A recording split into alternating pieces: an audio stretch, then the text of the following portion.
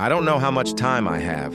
I'm typing this from my laptop, wedged into the corner of my living room, as far away from the bathroom as I can get. I've barricaded the door with a bookshelf. It's a stupid, pointless gesture, I know. It's not about keeping something out anymore. It's about keeping myself in. I'm afraid of what I'll do if I go back in there. It started about 3 months ago. I'd just come off a brutal project at work. 60-hour weeks, takeout for dinner every night, sleeping in 4-hour chunks. I was a wreck. My apartment, which had always been my little sanctuary in the city, started to feel like a cage. It's an old building, the kind with character, which is just a real estate agent's way of saying it's falling apart in slow motion.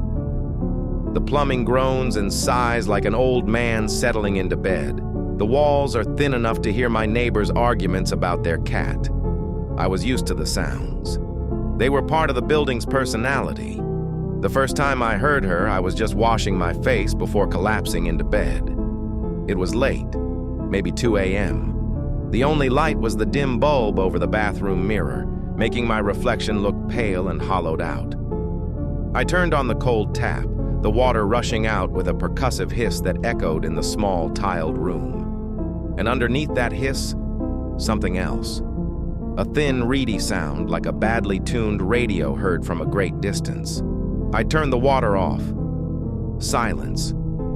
Just the faint hum of the refrigerator from the kitchen. I chalked it up to exhaustion.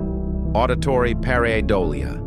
My brain was just making patterns out of the white noise of the pipes, the same way you see faces in clouds.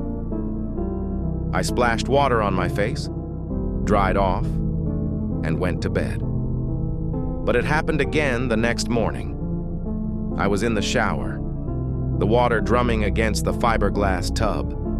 There it was again, clearer this time. A voice, a woman's voice, muffled and distorted by the water. I couldn't make out words, just a cadence of distress, a soft, desperate moaning.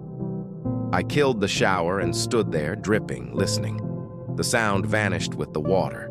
The silence that followed felt heavy, watchful. This became the new normal. Every time I ran the water in the bathroom, the sink, the shower, even flushing the toilet, her voice would be there, a faint, ghostly undercurrent to the sound of the plumbing.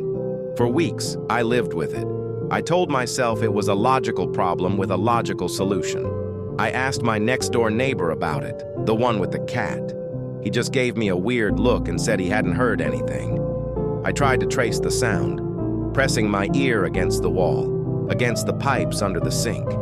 It seemed to come from everywhere at once, from the very heart of the building's circulatory system. My rationalization started to fray at the edges. The voice was becoming clearer. It had words, fragmented, broken pleas that rode the waves of running water. So cold. Can't get out. Please, someone, help me.